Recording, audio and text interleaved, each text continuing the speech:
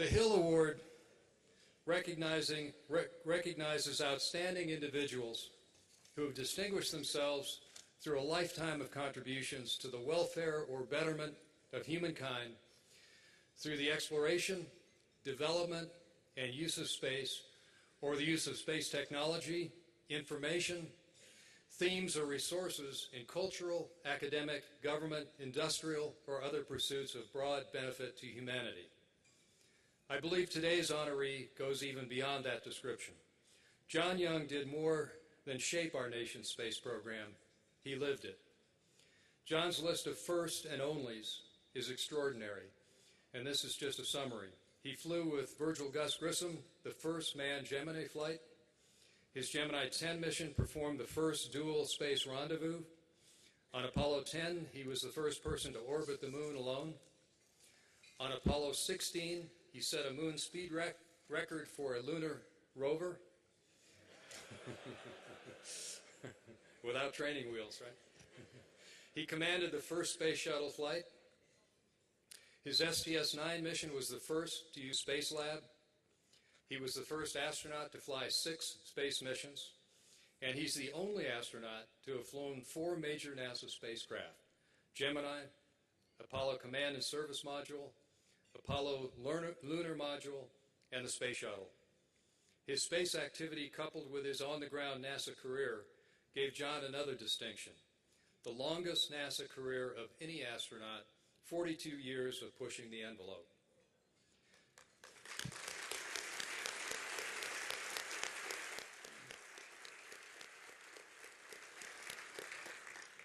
That career included assignment on 5 backup spaceflight crews and leadership roles in the astronaut office and at Johnson Space Center.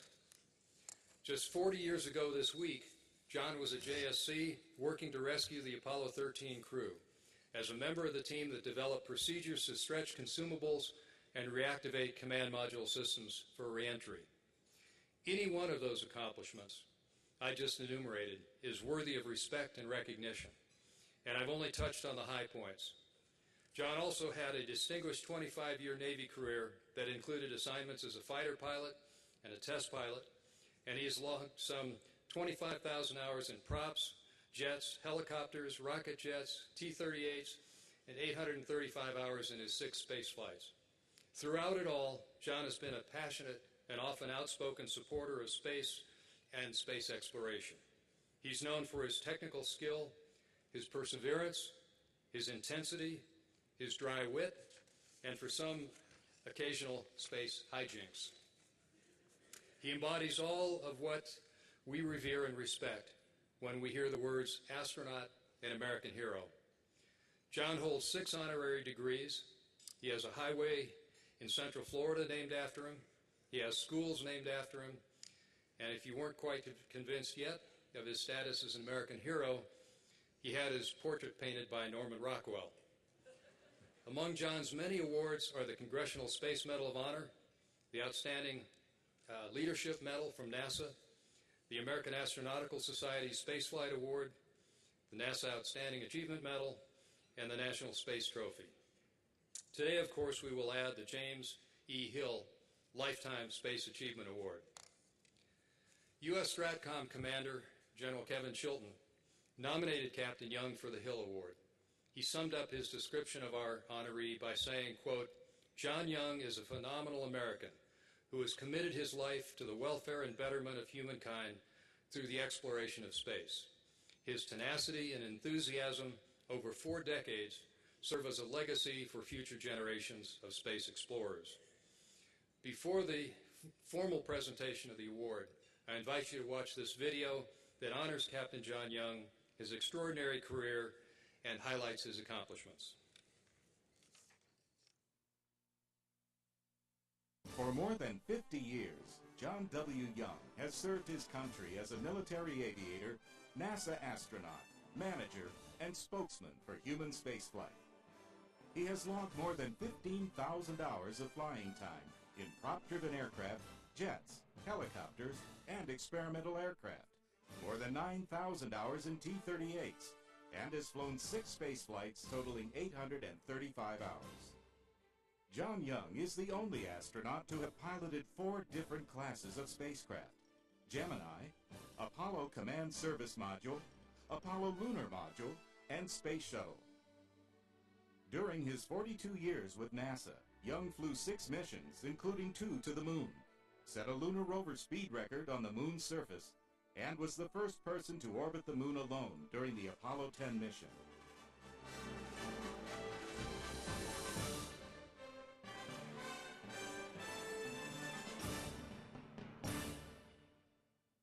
John Young was born in San Francisco, California on September 24, 1930, and raised in the College Park neighborhood of Orlando, Florida. He earned a Bachelor of Science degree in Aeronautical Engineering with highest honors from Georgia Institute of Technology. After graduation from Georgia Tech in 1952, Young entered the United States Navy. He served as fire control officer on the destroyer USS Laws during the Korean War before becoming a fighter pilot. He flew F-9 Cougars and F-8 Crusaders in Fighter Squadron 103 for 4 years. After test pilot training at the U.S. Navy Test Pilot School in 1959, he was assigned to the Naval Air Test Center for 3 years. Young retired from the Navy as a captain in September 1976 after completing 25 years of military service.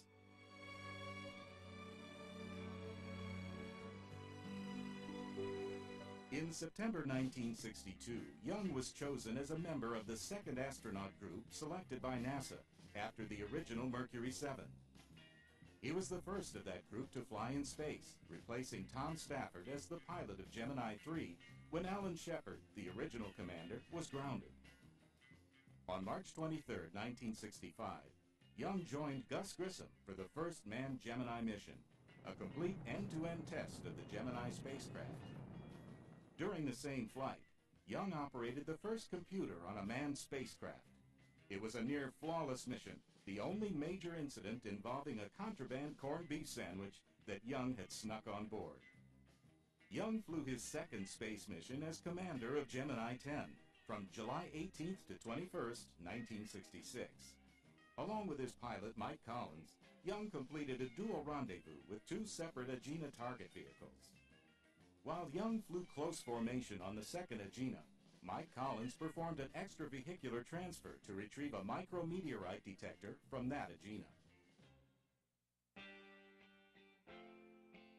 On his third flight, Young served as command module pilot for Apollo 10 from May 18th to 26th, 1969. Flying with Tom Stafford and Gene Cernan, the Apollo 10 astronauts became the second crew to orbit the moon. The primary objective during this historic dress rehearsal for the first landing on the moon was to demonstrate the performance of the lunar module and the command service module in the lunar gravitational field. While Cernan and Stafford flew the lunar module in orbit for the first time, Young flew the command module solo, the first person to do so in lunar orbit.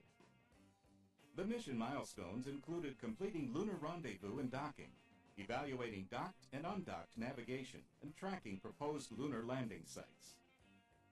Young was the backup commander of Apollo 13, the harrowing mission in which the moon landing was aborted because of an explosion on the service module.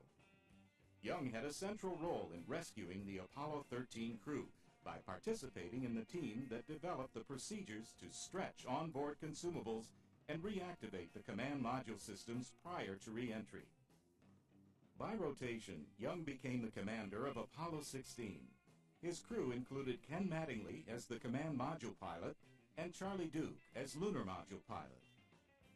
During training for this, his 4th spaceflight and first lunar landing mission, Young became an enthusiastic student of geology. Launched on April 16, 1972, this 11-day mission to the lunar surface was the first excursion to the Descartes Highlands. Young and Duke set up scientific equipment, collected over 200 pounds of rocks, and drove over 16 miles in the lunar rover on 3 separate geologic traverses. Young also conducted performance tests with the lunar rover, at one time getting up to a top speed of 11 miles per hour, which, according to the Guinness Book of Records, still stands as the record speed for any wheeled vehicle on the moon.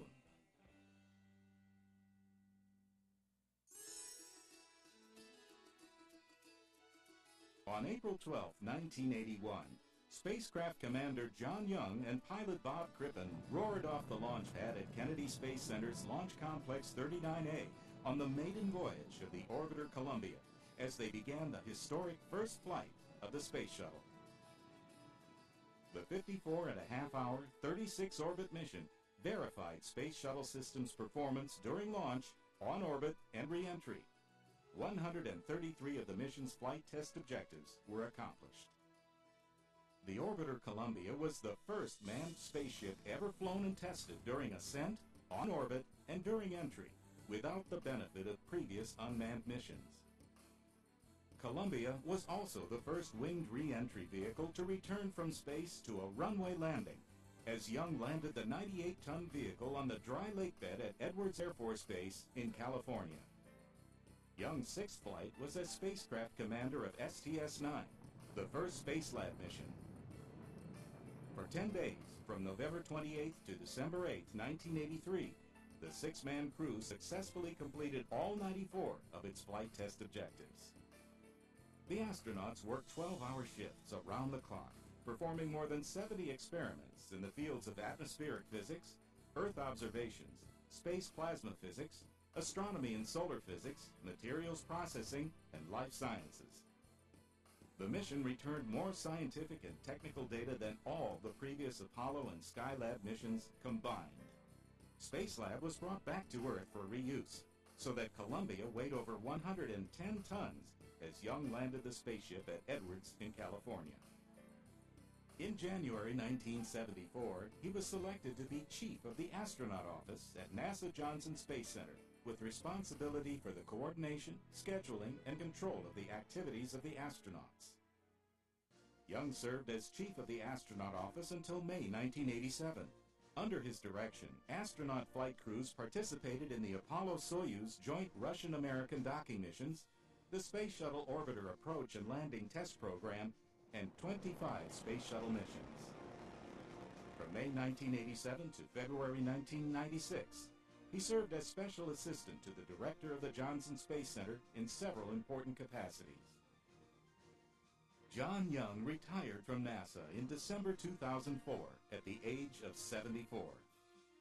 An aviator, fighter pilot, test pilot, and the astronaut's astronaut, John Young continues to advocate for the development of technologies that will allow us to one day live and work on the Moon and Mars. The Space Foundation is proud to present the 2010 General James E. Hill Lifetime Space Achievement Award to retired Navy Captain and astronaut John W. Young.